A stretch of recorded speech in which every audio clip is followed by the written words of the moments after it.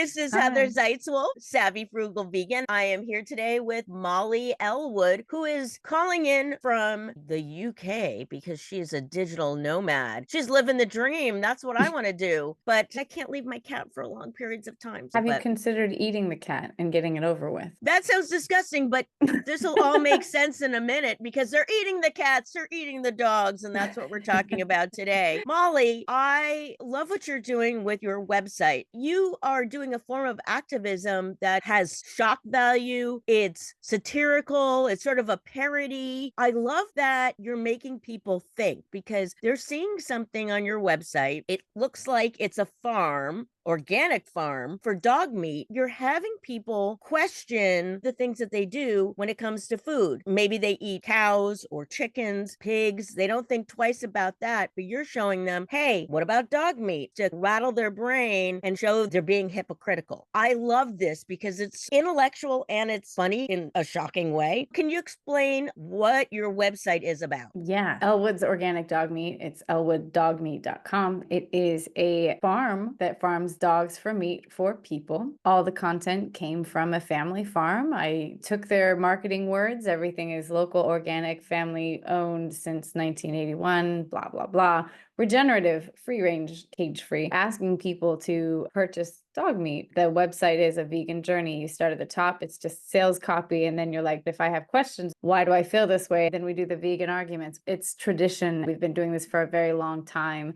And then you're like, but I don't like this. If you feel any discomfort, what if I said pig meat? Would that feel better? Some people will stop reading at that point and think that I'm justifying eating dogs by eating pigs. But if you scroll a little further, it says it's not real. And I'm just trying to let you know the feeling of discomfort that you have is completely normal because we never think about the animals we eat. We've been so removed from what you buy at the store is the same as a warm animal that you can pet with your hand and that would actually have emotions and feelings. It really works well for people who are already on the fence considering veganism or at least vegetarianism. The whole thing is a vegan journey. It's on social media. You can find us on Facebook or Instagram. People are doing activism in the street where they pretend to be the dog meat farmer handing out samples. I have leave behind cards. And people do this all over the world, which is really exciting. It's one of the reasons I'm in the UK. There's a big group of activists who regularly do dog meat tastings. You can do printouts. This is activism you can do individually with leaving business cards around that look real, leading people on this journey, or you can hand out coupons. You can share it with your friends. One of the most important things is when you talk to people about this, people don't feel targeted like you do oftentimes when people are talking about veganism feels very much like a personal attack. Whereas this, you get to talk about the idea, and this triangulation really diffuses a lot of defense that people have. It's an interesting backdoor into veganism. It's brilliant. The first time I saw it, I was like, what is this? It looks so real. Wait a minute. This has got to be a satire. For you to come up with this, what is your background? Are you in marketing? It's a brilliant website. Oh, thank you. My background is in advertising. I've been a copywriter for over 15 years now, and so I know how to build websites and stuff. I built it all, and it was actually just really fun because a lot of activists, large groups miss is they have so much money that they can make stuff look really slick. In order to make it look real, it's got to be a little crappy. So my design's a little crappy. I use a lot of like clip art. Everything's got to feel like, what could a family farm actually afford? For me, it's a kind of art thing at the same time. I made it initially just for myself. I had a bumper sticker idea, a vegan bumper sticker that was just Elwood dog meat. And then I was like, oh, I should make a website to go with it. It's really fun. I'm very particular about the horrible design. If you see anything that's bad, it's on purpose. It's very funny. It's all done very tongue in cheek. And so I think it's obvious that it's Yeah. supposed to be that way. The rodeo looking Oh, yeah, guy. that's a Yeah. cowboy. Yeah. It's funny how when you see the cowboy guy with the lasso next to a dog, suddenly it becomes really funny. It's like, why would you rope a wiener dog? I'm like, you're roping a small lamb. It's the same. Yeah, I'm a horror movie fan. It reminds me of like Motel Hell or Leatherface, where they're eating humans. Those kind of movies are pro-vegan movies because they They show make the so horrors of gross. where, quote unquote, people being treated like animals. We have flesh and bones and skin. It's a hypocrisy. Why is one okay and not the other? Yeah, that So, reminds me of the first time watching, what was it? Matt Stone and Trey Parker did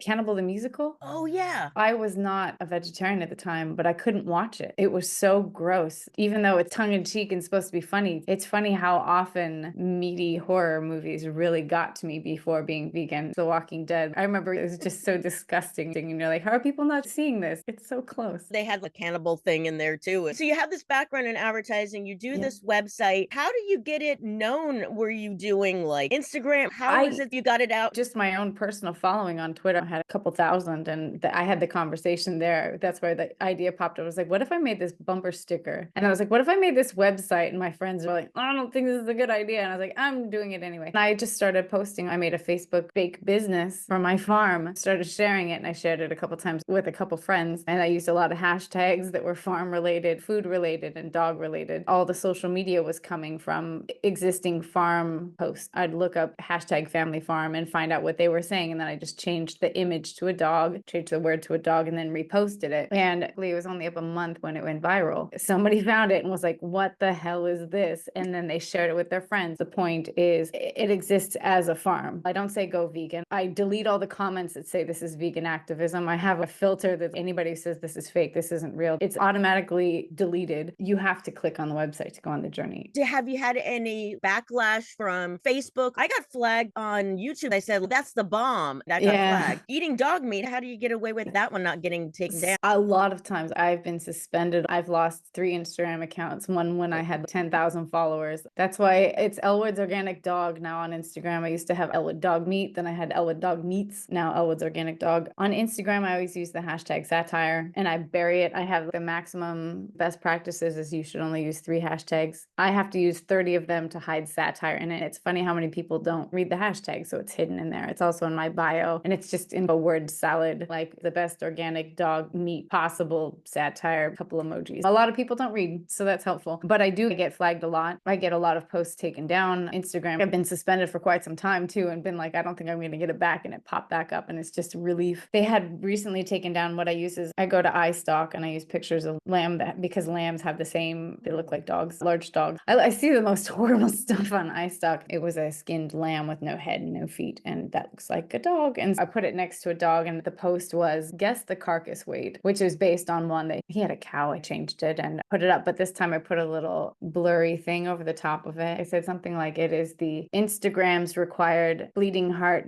anti-dog meat activist protector or something like that. But it's funny that I do get taken down despite the fact that, one, it's not even a dog, it's a picture of a lamb, which you are okay with, but the minute I just name it something else, it's not allowed. It's the same post that somebody else is doing and they're showing the exact same thing. Every time they take me down, that's another activism opportunity. And then I share it on the other platform and I say, Instagram hates family farms. Look, they say this is violent. They say this is cruel. This is illegal, despite the fact that I'm showing something that is legal. I'm like, they hate family farms. And then they put me back up. Then I'm like, Instagram is pro dog meat. Whatever happens, I win. That's amazing. Do you get hate mail? Do people find this horrific? I mean, I used to be in the radical cheerleaders and we would go to protest. We were talking about the horrors of what they were doing to animals. Even like fellow protesters would come up to us sometimes and be like, you're making a mockery of this. And it's like, no, we're trying to get attention around the subject and spin it in a different way where we get people to stop and listen. You're doing the same kind of thing. It's like you're putting a magnifying glass on something that's already existing, but you're tweaking it in this clever way so that they see the world in a different way. You know, I want to know about this radical cheerleading. What kind of things are you cheerleading? We haven't done it in years. We would go to protests and we were all in red and black and we were called the Radical Cheerleaders for Animal Rights. And it was in Portland. We'd go to different demonstrations and do cheers. We had choreography. It was a great way to protest because it puts a spin on it. You have the angry protesters out there. People think, oh, a bunch of angry vegans. But if you have cheerleaders that are doing a routine, people are like, wait, what is this? You know, Fur Free Friday or outside the zoo or the circus or wherever we were at, people would stop and listen. If you're at a fur protest, are you cheering on the fur or are you cheering on the protest? Because I'm thinking suddenly going, amazing. Imagine being dressed as a cheerleader and chanting out slogans that are pro-animal agriculture and how gross that would be. If you're out there in a cheerleader outfit going, we love fur, what's the problem? You like skin a cat, skin a dog, whatever. It's great. We look great. Yay. Oh, that is a totally different take on it. That's very clever. I love this idea. Thinking about this for Elwood's to help with the protest going on here in the UK. It would be really fun to hire a brass band, something like that's cheerful. And people are like, what is this wall of noise? And it's like the Elwood Dog Meat Band. And we're out there in a joyful way. Or like folk singers or something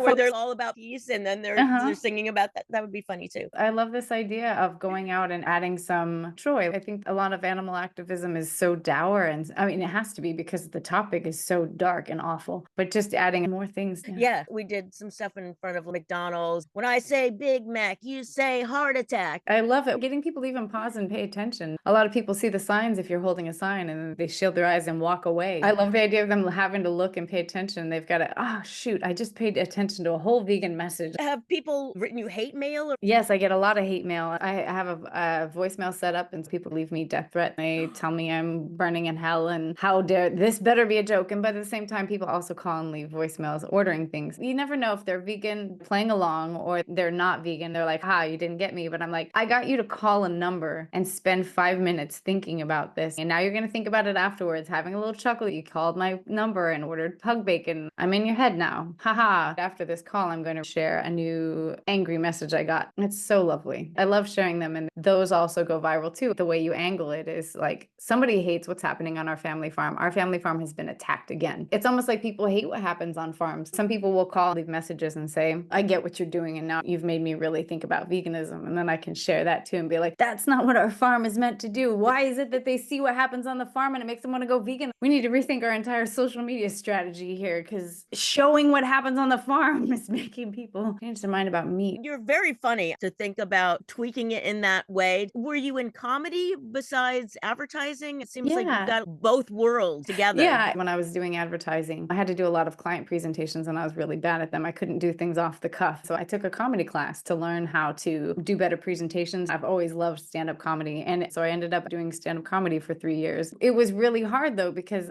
I started doing stand-up comedy at the same time I went vegan. And the more vegan I got, the less funny I got because I was so mad about the stuff I was seeing. And then I realized after 3 years, I was like, what am I doing in this bar telling the same penis joke again and again? I would really like to do something important. I quit stand-up comedy to do vegan activism. And I thought I was going to figure out something. Instead, I just argued online for a long time. I just kept having fights. And I had that like your whole bookmark list of here's the argument for the environment and your health and the animals and how workers are treated. I amassed all this information. Nobody wants to listen. And everybody has an argument against those things. When I created the Elwood dog meat thing, I was really happy because it was instantly funny. I found the one funny thing about veganism, and it's really given me a nice, it's nihilism, but at the same time, it's like, what can I do in the face of all this horror? Sometimes you just have to laugh because the things we do to animals, it's horrible. How do we get through it? When you think about people in the trenches in war had to laugh as well. You know, using either a cat or a dog, we bring these creatures into our house and they become one of our family. And so shining a light on something you eat, it's so great and clever because with pigs, they're in these horrible pens that they can't even move. These are creatures that need to go out, put their little noses into the dirt, and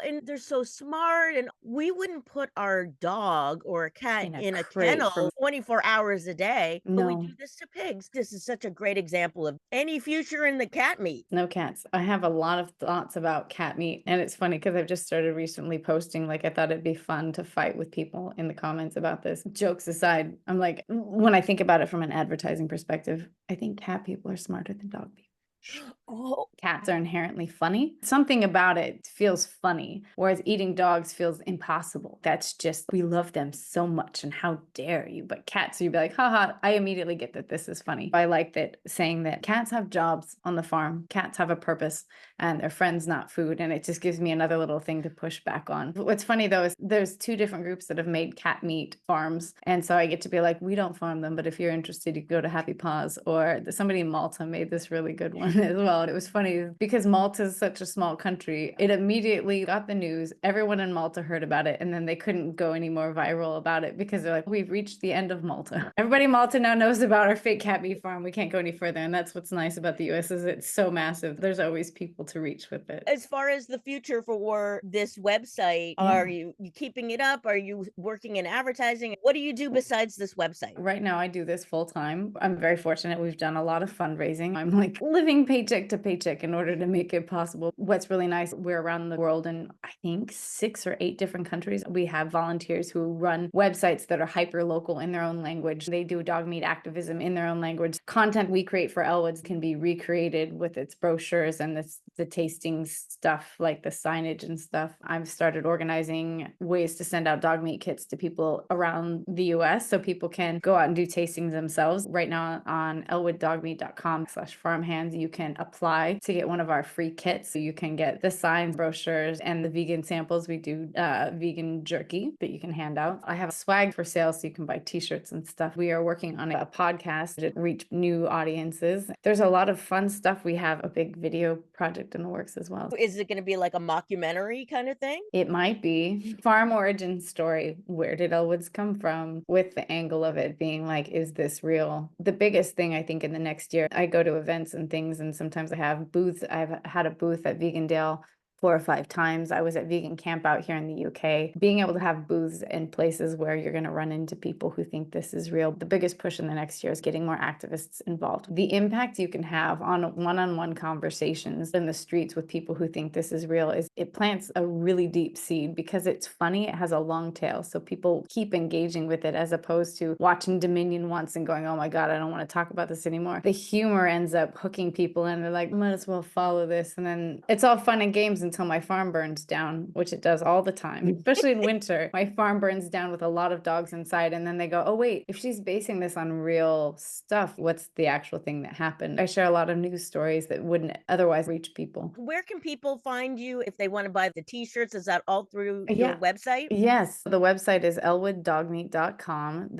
For the shop is /shop. We have t-shirts, holiday ornaments, candles, and things like that. I have stickers and stuff. Also at that same page, if you scroll down, there's free downloads, which is anybody can print these things. You can print these posters that look like you're selling dog meat in the area. Right now it's the holidays, so we have turducken, which is 3 dogs stuffed into one. It's advertising ordering a turducken, and again, print this out and you put this at the co-op. I always love putting these at New Seasons in Portland, like going into the co-op and putting them up anywhere that's selling meat. Put things in, you can tape things, you can put these in the library, leave things on the bus. It's really fun, mischievous activism. I hope people will print something, take a picture, and tag us on Instagram at Elwood's Organic Dog, and we'll reshare it. Can you give us a hint when you do the tastings? What Yeah. exactly are people eating? It is Louisville vegan jerky, my favorite. So good. They probably wouldn't want to hear this. I did a dog meat tasting in Sedona, Arizona, where everyone tried it, which was on one hand, you're like, oh, what's this say about the future? But at the same time, you're like, oh, these people are no cognitive dissonance. They are like, I will eat any animal, and they're eating quote unquote husky jerky. And they're like, wait a minute. So husky tastes just like regular meat? And I'm like, also, that's an advertisement for this vegan jerky, tastes like regular meat. It's very good jerky. Can I say Louisville jerky? Amazing. Tastes like husky or beef or tofu. These people were actually trying it thinking they were eating dog? Yes. It was a bit disturbing, but at the same time, they're like, I'm on vacation. When in Sedona, I was outside of a jerky place that had crocodile jerky and ostrich jerky, and they didn't care. I did it in New York City, and very few people tried it, but some people do. I just recently had an article in the Huffington Post, and in it, I revealed the truth, which is I've eaten dog meat. Before going vegetarian, I ate dog meat, and it was this weird moment. I was living abroad, and I had tried all the meats, and I was like, oh, let's try this, and it was weird because it tasted just like anything else. And then being like, wait a minute, if it tastes like everything else, that means everything's like a dog. People who try it think all animals are equal. They're one animal interaction away from going, wait a minute, what am I doing? And I know that from the first time I pet a turkey was such the strange realization that they were warm like other animals. And you're like, oh, wait, they're warm like a cat. They're warm like a dog. What if all the animals are, oh no, what if they're all alive? Yeah, we're so disassociated from what we're eating because you buy things in a store, it's packaged. It's cellophaned, it's really pretty. Like chicken breasts look like little gemstones. Like, what could be wrong about this? We grow up thinking that's just normal, and we view the world in that way. I remember as a kid, stuff was on a bone and it seemed gross, but it's normal, so I have to put that aside. But you're having everybody re-examine what they think is normal. Yeah. And then the things we say about farmed animals when applied to dogs doesn't work. When we say they don't feel pain the same way. In the US, I don't know how it is in the UK, but in the US, dogs have a different protection than farm animals do. Right. Same. Yeah. The fact that you're using a dog is another example of why are dogs protected, but a cow cow Yeah. or pig or chickens, they don't have the same protections. They're only protected in the most ridiculous of ways, which would just be like, how long can they be in a truck on their way to slaughter? That's the only time we care, is they can't be in a truck for longer than 36 hours. Food and water, that's all they have to have. And you're like, this is sick. One of the things that actually drove me to act on this, I'd come up with the idea and I hadn't done the Elwood's dog meat thing, but it's actually my anger in seeing the love, how people treat their dogs and watching them eat other animals. They're like, oh, my little precious baby, I'm going to put him in a sweater and he gets his own carriage. And I'm just like, you putting him in his own special bed. And yet at the same time, the animals you're eating have never seen the light of day. And you're just like, oh, my precious needs his own little Pacino. And I'm just like, every time I see a dog in boots, it makes me so mad. Every animal deserves boots. People will say, oh, I'm an animal lover. And they just mean, Mm. I love dogs and cats. Pets. Or they think they love animals, and going to a zoo is an example of showing love for animals. It's just really sad. Or people will post things about animals doing cute things. The internet is full of that kind of stuff, but then they won't think about the fact that they're eating them. Whenever anything bad happens to animals, or it's a video of an animal rescue, somebody helping a bunch of ducks cross the street, I will write as myself. I was like, so many vegans in the comments. This is amazing. Look at you all caring for animals. And then of course somebody's going to comment like, we're not vegan. I'm like, oh, I don't know. You were just expressing vegan sentiment, caring about this animal and wanting it to live, and then making them have to argue with me. I didn't even start an argument. The argument is me calling you vegan and you were offended by it. Because I do think that everybody's vegan inside. I think that we're all just whatever the 5 pieces of information that are going to speak to you, that's what it's going to take. And it's so hard to get people to even just sit and listen to themselves, because they express this all the time in the ways that we care for animals. Elwood's is a place for people to express that. When people complain to me about my treatment of animals, my auto response is, you're a very compassionate advocate for animals, and I'm very glad to meet you. Thank you for being here and being vegan. The people who do get mad at Elwood's, I'm like, you're speaking up for animals. This is amazing. Keep it up. Expand it just a little bit more. You can be out there with us holding some signs. Brilliant. People can find you on your website. And what about to do a protest or a demonstration in their area? Should they contact you? Go to the elwooddogmeat.com/farmhands. Right now, you can download it and do it all yourself. I just ask that you tag me so I can find you, because I have no way of knowing who's doing it. And I really want to know. Pretty soon you're going to have to apply and I'll send you some stuff, but it'll all be free. There are so many people who do this activism who've never done any other activism, because it's different. This is a joyful conversation that you end up having with people that is just weird and fun, and you get to play a role, and that's just exciting too. I know. I'm envisioning myself with a cowgirl outfit. It's funny because I was going to wear it and I brought all my dog meat costumes with me. Like, it's just a lot of flannel. And I just recently moved over to like a Western vintage. It's funny because I realized it's actually what Temple Grandin wears. I was like, oh, my hero, Temple. That's so funny. Thank you so much for being on the show today. It was really lovely. This is great.